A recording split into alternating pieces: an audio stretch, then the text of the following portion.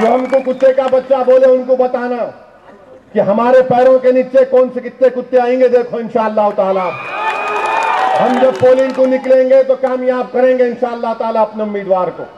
جس طرح بورا بنڈے میں ہماری کامیابی ہوئی, جس طرح وہ کامیابی سیکولرزم کی کامیابی تھی, انشاءاللہ تعالی اسی طریقے سے داسف جبلی ہل جہاں کہیں بھی مجلس اتحاد المسلمین کی کامیابی ہوگی وہ عوام کی کامیابی ہوگی, وہ ہماری شخصیت کی کامیابی نہیں ہوگی بلکہ ہماری سوچ کی کامیابی ہوگی, ہماری اجتماعی کامیابی ہوگی, انفرادی کامیابی نہیں ہوگی. سیکولرزم کی کامیابی ہوگی, فرقہ پرستوں کے خلاف کامیابی ہوگی, اور آر ایس ایس سنگھ پریوار کے خلاف ایک منہ توڑ جواب ہم کو دینا, منہ توڑ جواب ان کو دینا. یہ بڑے بڑے خواب دیکھ رہے ہیں, بڑے بڑے خواب دیکھ رہے ہیں. موزی خواب دیکھ رہا ہے کہ لال قلعے پر میں جھنڈا چڑھاؤں گا. نہیں موزی, انشاءاللہ تعالی تیرا خواب ہی رہے گا انشاءاللہ. انشاءاللہ تعالی ہندوستان کی عوام سیکولر عوام ہے. ہندوستان کی عوام ایک جلاد کو اور اس شخص کو وزیر اعظم نہیں بنائے گی جس کے زیر قیادت احمد آباد میں معصوم لوگوں کا قتل ہوا, معصوم لوگوں کا قتل کیا گیا. اور آج بھی آر ایس ایس کی آئیڈیالوجی کیا ہے؟ پالمپور کا ریزولوشن ہے 89 کا کہ بابری مسجد کے تعلق سے ریزولوشن پر آج بھی وہ لوگ قائم ہیں اس پر. کیا آر ایس ایس کی سوچ ہے؟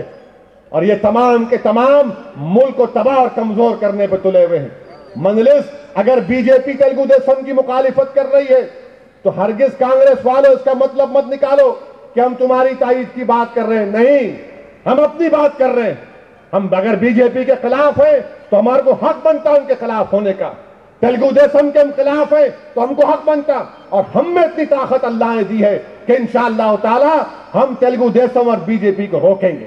کانگریس تو نہیں ہے یہاں پر, اب جا رہا, ان کا ٹائم ہو گیا, ان کا ٹائم ہو گیا بالکل. اب ان کو سمجھ میں نہیں آ رہا, اب خالی پرانے روایتی باتوں میں زندہ ہیں. انہوں پر کہہ رہے تھے, ایسا کرے تھے, یہ کرے تھے.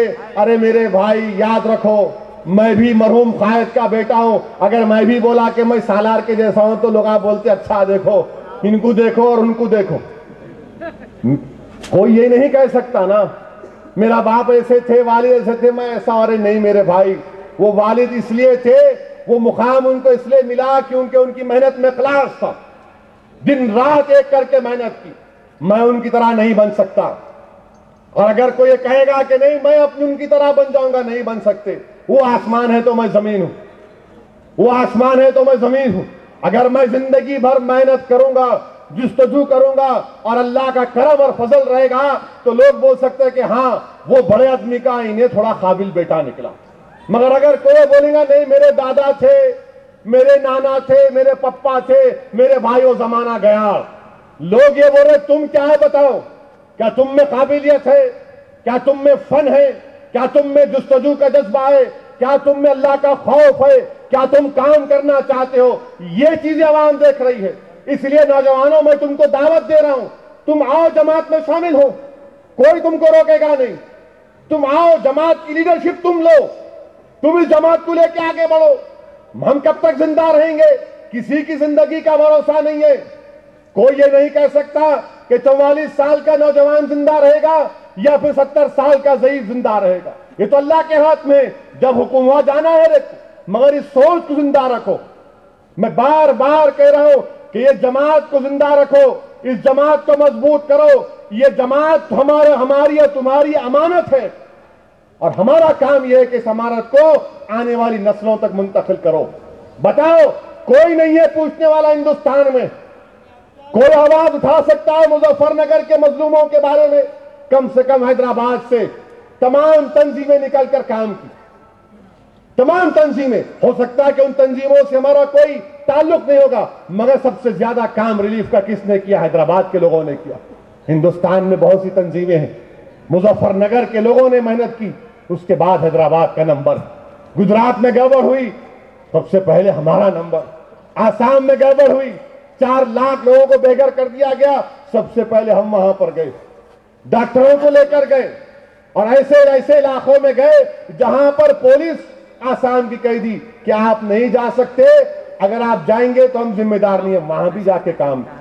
عزیز دوستو, اسی لیے کہہ رہا ہوں کہ سوچ اور فکر کو مضبوط کرو. نوجوانوں سمجھو اس جماعت کی اہمیت کو. اگر تم نہیں سمجھو گے تو یاد رکھو نقصان قوم کا ہوگا. اور اگر کسی کمیونٹی کی کسی قوم کی نوجوان ایک دیوار کی طرح ہوتے ہیں. اور یاد رکھو نوجوانوں, اگر تمہارے گھر کی دیوار گر گئی تو زمانہ اس کو راستہ بنا لیتا. زمانہ اس کو راستہ بنا لیتا. اسی لیے تم مستقبل ہو, تم ہماری طاقت ہو. اور آج وقت آیا ہے کہ نوجوانوں کو آگے بڑھنا پڑے گا. آج جب ہندوستان کی آبادی 60% آبادی 35 سال سے کم عمر نوجوانوں پر مشتمل ہے, تو یقیناً نوجوانوں کو ان کا جائز مقام ملے گا انشاءاللہ تعالی. مجلس اتحاد المسلمین ان نوجوانوں کو ان کا مقام دے گی, کیونکہ ہم کو آگے دیکھنا ہے, آگے ہمارے کو پالیسی بنانا ہے. اب نہیں دیکھنا ہم کو 20 سال کو سامنے رکھ کر فیصلے لینا پڑے گا. اور ہو سکتا ہے کہ جب فیصلے لیں گے تو کسی کو شکایت ہوگی, کسی کو تکلیف ہوگی, مگر یاد رکھو اگر اس 20 سال کو سامنے رکھ کے فیصلے ہاتھ نہیں لیں گے تو 20 سال کے بعد وہی لوگ کہیں گے کہ کیوں نہیں اچھے فیصلے لیے گئے. میں آپ سے اسی لیے ادباً گزارش کر رہا ہوں کہ آؤ, اللہ نے تم کو قابل بنایا ہے, آ کر دو. یہ دلی کی بات کرنی مثال دینے والوں, میرے سامنے مثال مت دو سادگی کی, میرے سامنے مت دو سادگی کی مثال, کیونکہ دنیا کو سادگی ہم نے دی. دنیا کو سادگی ہم نے دی. ابو بکر صدیق رضی اللہ تعالیٰ عنہ کیا فرمایا تھا آپ نے؟ صدیق اکبر نے فرمایا تھا کہ جو غریب ہے, جو کمزور ہے, وہ میری آنکھوں میں مضبوط ہے. یہ درس ہم نے دیا دنیا کو. یہ لوگ آ کے نہیں سمجھا سکتے. ہمارا اعظم آدھی دنیا پر آپ کا قبضہ, خلیفہ آپ ہے. ایک بیرونی ملک کا سفیر آتا, مٹھی کا تکیہ بنا کر جھاڑ کے نیچے لیٹا ہوا ہے ہمارا خلیفہ. یہ سادگی ہے. کس نے کہا تھا کہ قوم کا رہبر قوم کا خادم ہے؟ یہ فاروق اعظم نے کہا تھا. کس نے کہا, کس نے سادگی کی مثال دی کہ نہیں میں لال بتی گاڑی نہیں لوں گا, میں سیکیورٹی نہیں لوں گا؟ ارے فاروق اعظم نے مزاج دیا. فاروق اعظم نے مزاج دیا یہ کہ فاتح بیت المقدس ہیں پر تو وقت کا خلیفہ جانور کو پکڑ کے داخل ہو رہا بیت المقدس میں. یہ سادگی ہم نے دی. پانی کی فری دینے کی بات کر رہے, اچھا کیے, مگر یہ مزاج بھی ہم نے دیا. وہی بیر روم مدینے میں عثمان غنی نے خریدا تھا اور خرید کے سرکار کے قدموں میں رکھ دیا. کیا رسول اللہ بات کر رہے, انصاف نہیں مل رہا. ارے انصاف کی بات کرنے والوں, حضرت علی کی وصیت کو پڑھ لو کہ حملہ کرنے والا پکڑا گیا تو وصیت کر رہے ہیں کہ اس کو مارنا نہیں, اس کو کھانا کھلاؤ, اس پر مقدمہ چلاؤ, اس کو سزا دو. وہ لوگ بات کرتے ہیں انانیت نہیں رہنا. ارے اسی کو ہوتے علی سے دنیا والوں کہ جنگ میں ہیں, دشمن پر تلوار وار کرنے والے ہیں, وہ تھوک دیا آپ کی جسم مبارک پر, شیر خدا اٹھ گئے, بولے کہ نہیں تیرے پہ حملہ نہیں کروں گا کیونکہ میں لڑ رہا تھا تو خالص اللہ کے لیے, اب اگر وار کروں گا تو میرا نفس بیچ میں آ جائے گا. یہ مزاج ہم نے دیا, یہ مزاج تم نے نہیں دیا ہم کو. لوگ نئی پارٹی بنا سکتے ہیں مگر دنیا کو مزاج سادگی کا ہم نے دیا. آج دنیا بول رہی کہ غریبوں کو ساتھ لو. ارے کوئی قرآن تو پڑھ لو. قرآن میں کیا لکھا گیا؟ قرآن میں اللہ فرما رہا رسول اللہ صلی اللہ علیہ وسلم کو, جب پیسے والے آخائے دو عالم سے اکیلے میں آ کر ملنا چاہ رہے تھے تو اللہ فرما رہا کہ میرے محبوب ان غریبوں کو دور مت کرو, ان غریبوں کو دور مت کرو. بتاؤ یہ مزاج ہم نے دیا دنیا کو. آج دنیا کے ہم کو مت دکھاؤ آئینہ.